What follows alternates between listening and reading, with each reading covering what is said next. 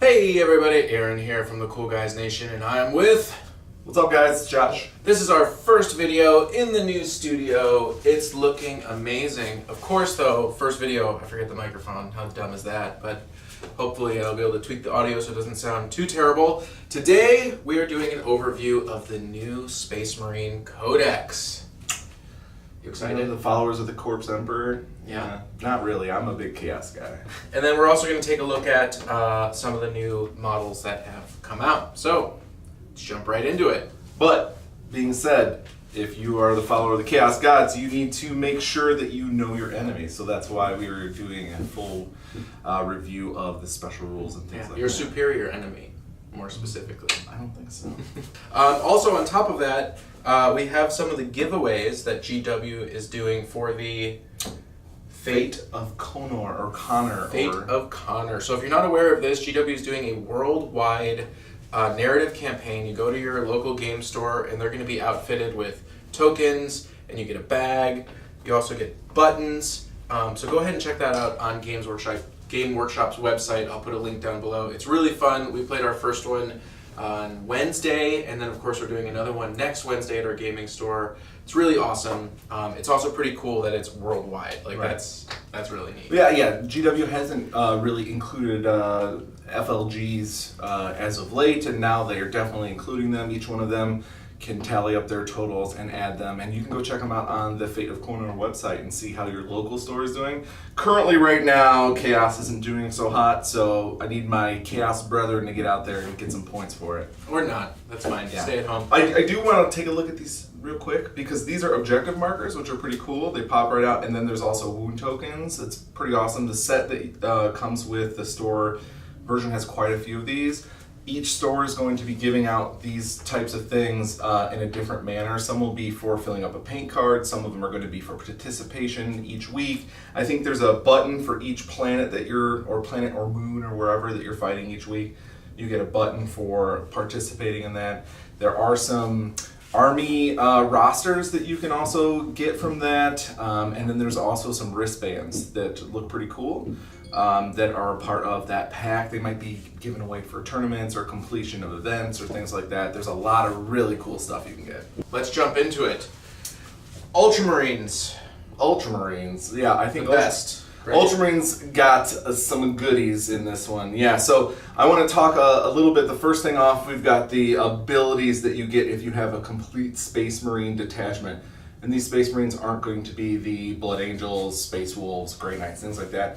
These are going to be the Raven Guard, White Scars, Ultramarines, things like that are in this new Imperial book. Fist, Black Templar, Salamanders. Yes, there's 1, 2, 3, 4, 5, 6, 7 chapters inside of the new book, but it is not the Blood Angels, the Dark Angels, Space Wolf, Death Watch, none of that stuff. Right. So those are probably all going to get their own codex, or there's going to be one codex that comes out with all of them. I don't know. Yeah, and this is also for generic Space Marines too, but they do not have a chapter tactics. So I went through and I took a look at a few that I thought were really good. But before we even get to chapter tactics, there's one really big one that I think people might not have looked at. They get objective secured in this new version right here. So if you take a look at it, if it's Battle Forged and a Space Marine detachment, if there are more enemies than your troops around an objective, it doesn't matter if they're going to have this Defenders of Humanity rule.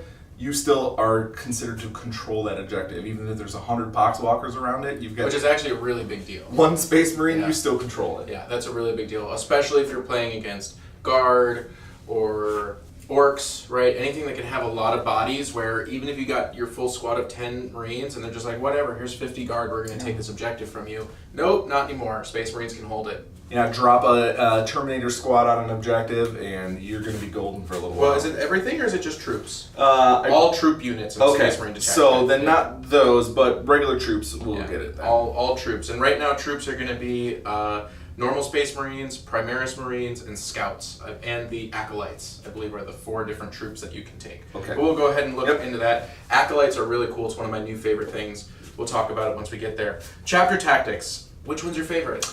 I have 3 winners. I put Ultramarines. Their chapter tactic is that they can fall back out of combat and then shoot. They have a -1 to those shots, but I think it's really great. It keeps the squads that you want to be shooting, even if they get tied up in combat. There's a lot of units that will just tie things up. You can pull them back and keep shooting. If you got Gilliman, if you got other rerolls. See, I think it's good, but I don't think it's great. I think that it is a nerf for the Space Marines overall compared to what they had in 7th edition, because it's only going to affect specific units, and most of the time, if you get charged, like, you have to survive, right? So if you're in a tar pit situation, yeah, it might be really good. Or if you're in a close combat situation where each person's losing like one model, that'd be really good. But otherwise, if a Demon Prince comes up and is attacking your 5-man tack squad, like, maybe you'll get one bolter shot the next turn. So I think it's good, but I don't think it's the best. No, I'm just saying that these are the ones that I think are the best out of the chapter tactics.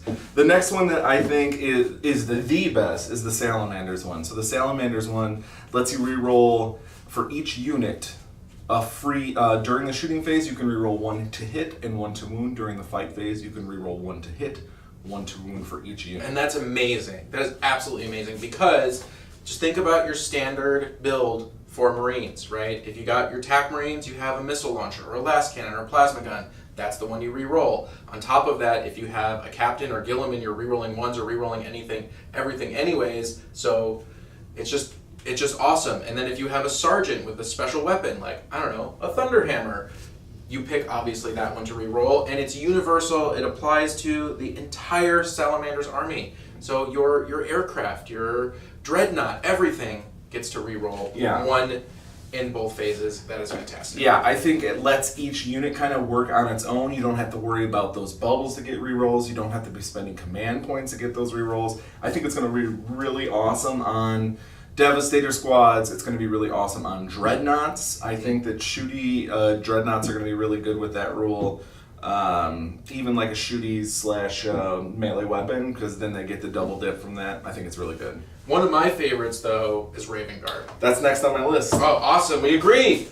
So Raven Guard is anytime someone is within 12 inches of your unit, they have to subtract 1 to shoot you. Outside of 12 inches. Or, I'm sorry, outside of 12 inches, they have to subtract 1. And we need to be specific and say that these chapter tactics only work on infantry, dreadnoughts, and bikes. So your tanks don't get this and things like that. But it's still very good. -1 to hit global, that's insane. Yeah, super good. It's insane. Yeah, no one's going to be overcharging their shots at you outside of 12 inches, because that's just no bueno. The way that the -1 works is you re-roll 1s first, and then you subtract 1 from all those rolls. So any 2s automatically become 1s, and yeah, it's not good. Yeah. All right, what's next on your list? That's all I have for my list. I didn't think the rest were really worth mentioning. I mean, you've got a couple in there that... What about the White Scars? You don't like the White Scars? The White Scars lets you have 2 extra inches on advance, and then I believe they can fall back and charge.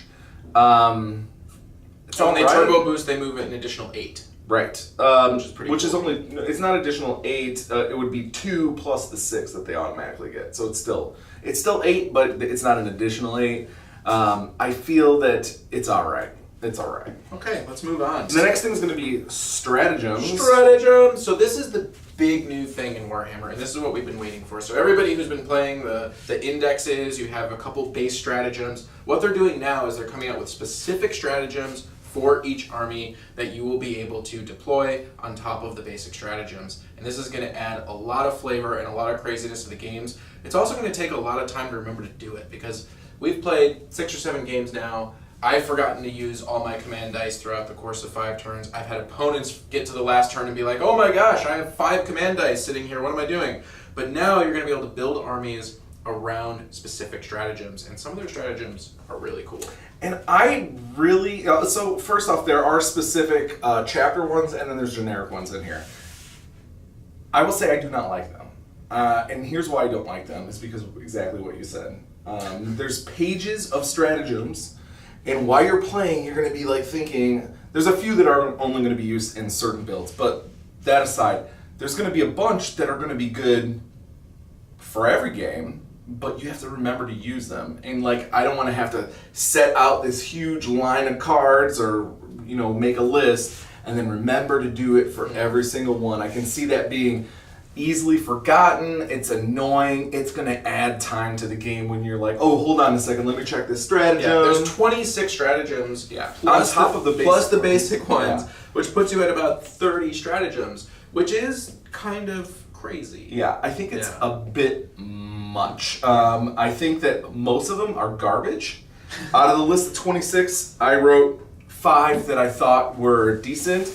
There are some that can be powerful, but I think are still garbage. One of the ones that I think is hot garbage, but people might like it. There's this one where you can have 3 Vindicators all shoot at one spot instead of shooting individually. Linebreaker bombardment, which is the old Vindicator special rule. So in 7th edition, if you had 3 Vindicators and all 3 were alive, you could shoot a Strength 10 AP1 large blast, and it was called Linebreaker bombardment.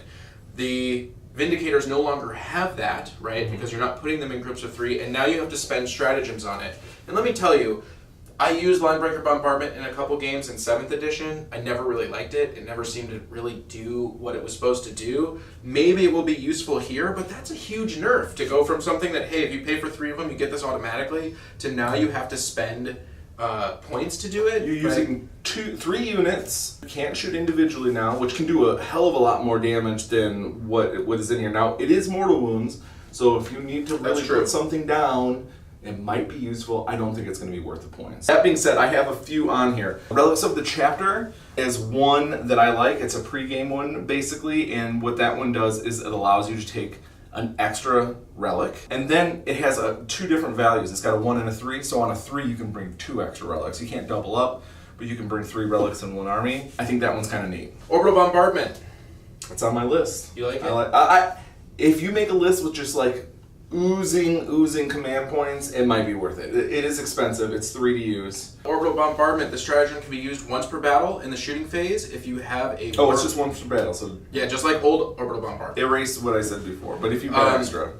Warlord that did not move during your movement phase. Instead of shooting with your warlord's weapons, select a visible point on the battlefield. So visible anywhere that you can see, which is why there's a lot of terrain stuff going on that we need to talk about. Roll a d6 for every unit within d6 inches of that point. Subtract 1 from the result if the unit being rolled for is a character. On a 4+, that unit being rolled for suffers d3 mortal wounds. So you have a 50% chance. I think if you have extra, it's cool to use, especially if your opponent brings a really packed army. Like if they've just got a ton of elite stuff all packed up. You know, it will allow you, though, to do mortal wounds to characters that are not the closest unit. But you only can do that on a 5-up. That's true, you can only do it on a 5-up, but for example, like, I don't know, maybe you have 7 bloat drones and 7 demon princes behind them, and you just really want to hit Be'lakor with maybe a couple mortal wounds before he comes up and destroys your entire army. It does give you the ability to target something specific that you normally wouldn't be able to shoot at and try to do damage to it. Like, for example, a librarian has 3 or 4 wounds. Some of the level 1 librarians, you know, like, hey, I'm going to bring you down to 1 wound possibly, and if you perils, you die. That's not bad. Yeah. You know? I don't think it's great. I think it's fun, and I think that this one gets a stamp of approval just for fun value, and I don't think it's too overpowered. I think it's a little underpowered for 3 CP and only once per game, but I think it's good. You got to remember you have to be able to see that point with your character. He cannot move, and he cannot shoot. Yeah. So there's a lot of restrictions on it. I still think it's good. Chapter Master. That's also on my Chapter Master is pretty good. So this is a pre-game one. You basically turn one of your captains into a Chapter Master, which lets you re-roll those ones to hit, but you cannot have 2 Chapter Masters. You can re-roll any failed hit rolls. Oh, failed hit rolls, yeah. Just straight up hits, not just once. Right. So just a complete re-roll, which is absolutely incredible, because if you take, you know, a couple captains, right, you have your Chapter Master, who's allowing you to re-roll everything, your captains, which is allowing you to re-roll 1s, and Gilliman, which is allowing you to re-roll everything, and now you're actually, with 4 characters, able to keep your entire army re-rolling almost all the time. And let me tell you, you need that. Yeah, rerolls are pretty awesome, and lets you save on CPs. So even it's though 3 you're spending CPs, but you don't have to spend it every time. Right. So this is like a pretty much like must take, I would think. I don't know about must take. Some already have chapter masters, so That's it depends. true. Yeah, that's it helps generic Space Marines. It helps some of these other chapters that may not have a chapter master. The other one I have on here is Strike from the Shadows. I think this one's going to be a double-edged sword, however. It's for Raven Guard. And what it is as you're setting up a unit for them, they can be placed 9 inches away from enemy units, anywhere on the board. Which is like the scout ability. Yeah. Except it's 9 inches away, and then they get to move if you get that first turn. Correct. And you can do some damage. However, if you get hung out to dry because you lose, you're only going to use that if you're going to win deployment to get the auto go first. And then if you get seized on, it's going to be no bueno. It's going to be no bueno. All right, well, like we said, there's 29 tactics to go over. I still have one more. Oh, you have one more? Okay, we'll do one more. One more. Wisdom of the Ancients. So Wisdom of the Ancients turns your Dreadnought into a reroll bubble. Until the end of the phase, you can reroll all hit rolls of 1 for the chapter units within 6 inches of the Dreadnought. That's which cool. includes himself. Right. So for one, is that 1 CP for that one? It is 1 CP. 1 CP. So for the cost of rerolling 1 dice for that time, you can reroll everything in the bubble right. within 6. Oh, that's really good. Once. But it is a Space Marine. Space Marine, so they can all take it. Yeah. Warlord traits. Yeah, Warlord traits. I have 2 on here that I wanted to talk a little bit about. There's actually... So first of all, there's 6 generic ones. Correct. And then there is 1 each for each chapter. For the ones that are in this book. So there's Ultramarines, White Scar, Imperial Fist, Crimson Fist, Black Templar, Salamanders, Raven Guard, Iron Hands. Each get an extra trait.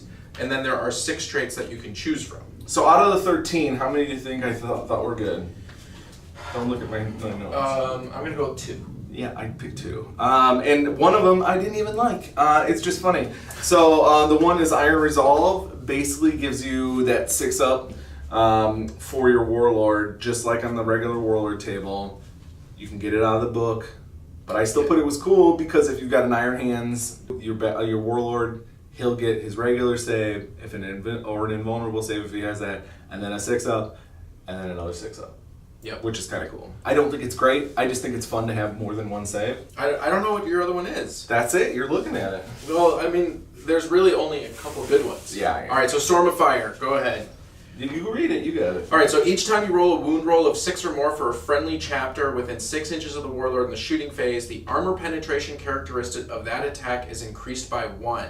i.e. AP 0 becomes AP minus 1, AP minus 1 becomes AP minus 2. And all I have to say is Primaris Marines, 30 inches, AP minus 2. Boom, boom, boom. Well, and if you've got the... Yeah, it's really good. And all I have to say is Rebute. Yeah, rerolling with an additional minus 1, with missile launchers next to them. Now missile launchers are last cannons. Rerolling to hit, rerolling to root, AP minus 3. On top of that, Rebute's own weapon becomes Rend 2 damage 2 weapon. Or is it? No, Rend 3 damage 2 weapon, which is just dumb. It is dumb. Let's go ahead. Let's take a look at each of the specific chapter ones. I picked one of those. Let's just do them all. Let's just do it really quick. Sure. All right. So Ultramarines. While your Warlord is alive, roll a die each time you spend a command point to use a stratagem. On a 5+, that stratagem is refunded. Now that's the one that I thought was really cool because if you build a heavy command point army. And a 33% chance of not losing it. Yeah, you could use it all the time. And it's each one. So on a 3-point, you can get 2 back. You get one of them back at least. Yeah, at least one. White Scars. Roll a die each time your Warlord finishes a charge move within 1 inch of an enemy. On a 4+, that unit suffers a mortal wound. Yeah, stupid. Imperial Fists. Friendly Imperial Fist units within 6 inches of your Warlord that are receiving the benefit of cover. Add an additional 1 to their saving throw against attacks with an AP characteristic of -1. If it was against anything, that would be great. But just against the -1, who cares? I don't even think it'd be great if it wasn't just the -1. Because terrain is very, like, legit playing whatever, terrain is hard to get the cover save for units. Mm-hmm. So you already have to get cover, and then it's only good versus -1. Yeah. All right. Kind of dumb. Crimson Fists. If there are at least 10 enemy models within 6 inches of your Warlord, when he fights in the fight phase, add D3 to his attacks until the end of the phase. Okay. 1.5 extra attacks. Okay. Sure. Black Templars. Oathkeeper. Your warlord can perform a heroic intervention within 6 inches instead of 3. I mean, only the warlord. If it was any HQ, that would be nice. Yeah. Salamanders. Add 1 to the strength characteristic of your warlord. Yeah, okay. And it's garbage. Here's why it's garbage. Is because you do the multiplication first for doubling strength or whatever, and then you add one. So, you're strength 9, who cares? The strength 8 is basically the same thing. Yeah. Unless you're hitting like a vehicle, and then you only have a few attacks anyways. I don't know. Silent Stalker for Raven Guard. Enemy units cannot fire Overwatch at your warlord.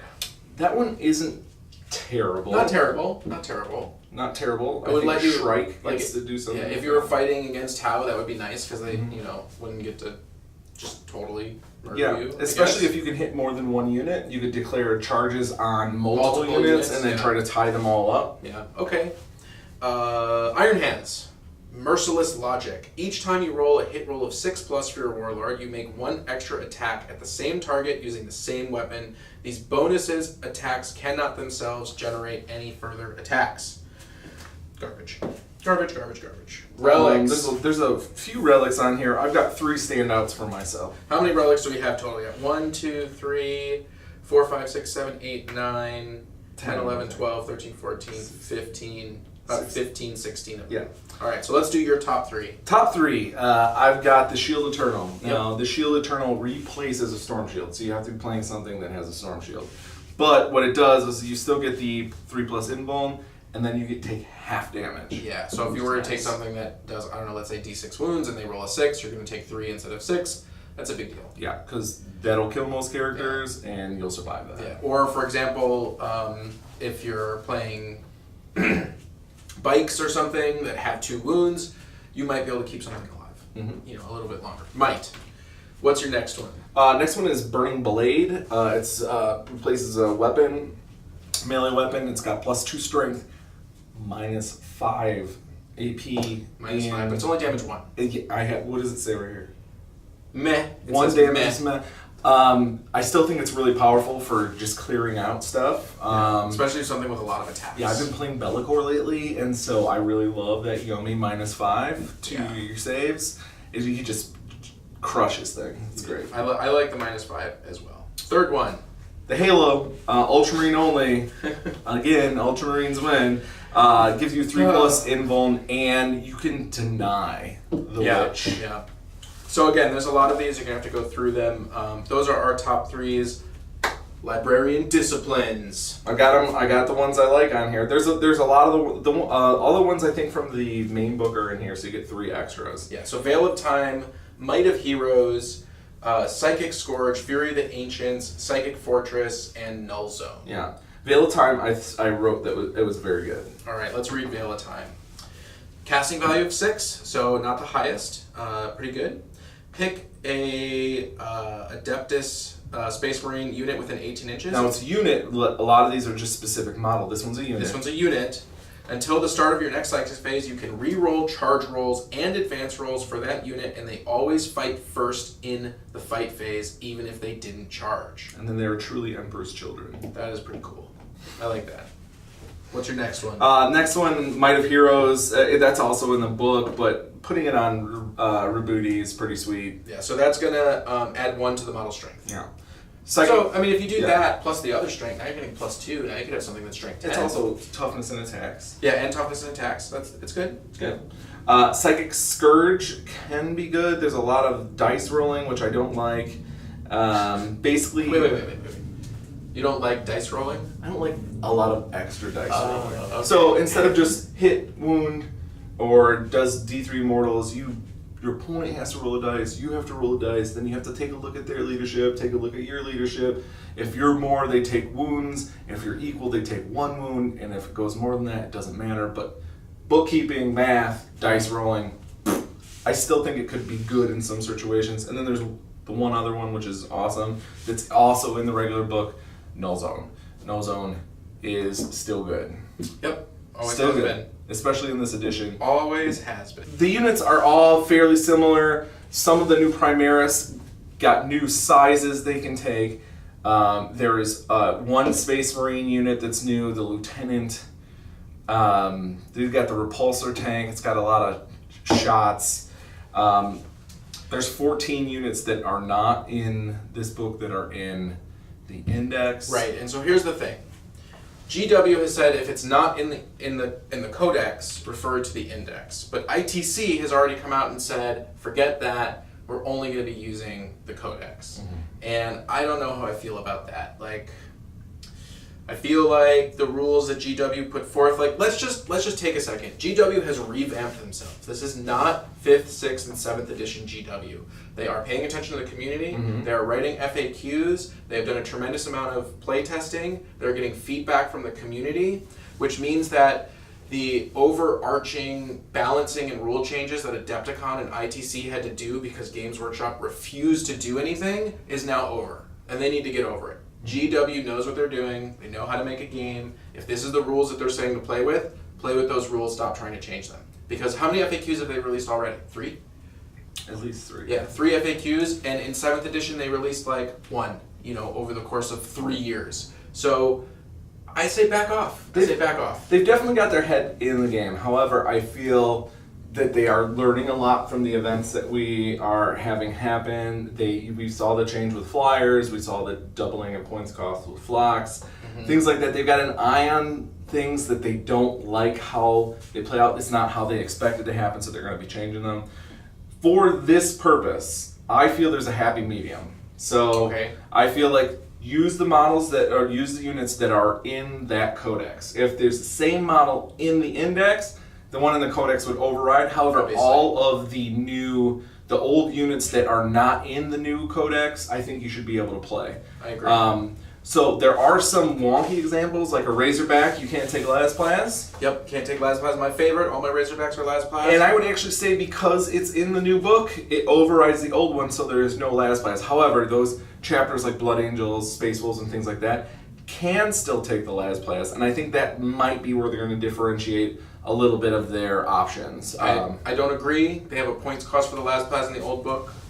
Same stats on the Rhino. I think you just take the points and put it on. Look, it's going to depend on what you're doing. If you're playing a narrative game and you're using PowerPoints, that's one thing. If you're going to a tournament, then you have to abide by their rules, but I think it's time for the tournament organizers to back off and let the codexes and let the rules play how they're doing and let GW make changes. Because if they start making changes, like for example, the person who sets up first just gets a +1 instead of automatically going first, then how is GW going to look at their rules? Well, I think that there are some issues with that right now. I think that people have done like the math for reports for tournaments and stuff. If you go first, you have a gigantic advantage over your opponent for being able to do so much damage that they can't possibly win. So I see both sides. I think that there is space, and I think that there is an ability, because we might see GW really take on some of these rules that these tournaments are running by. Yeah. They might decide that the +1 is better than the auto go first. They might, but when they do, then they'll update it, and we'll play by it. We're going to take a look at the units. There are a ton of units in this book, so we're just going to go through a couple of the ones that we find really interesting. And I actually want to start with the very first one, which is Calgar. Why don't we take a small break before we get to Calgar? Let's take a small break before we get to Calgar.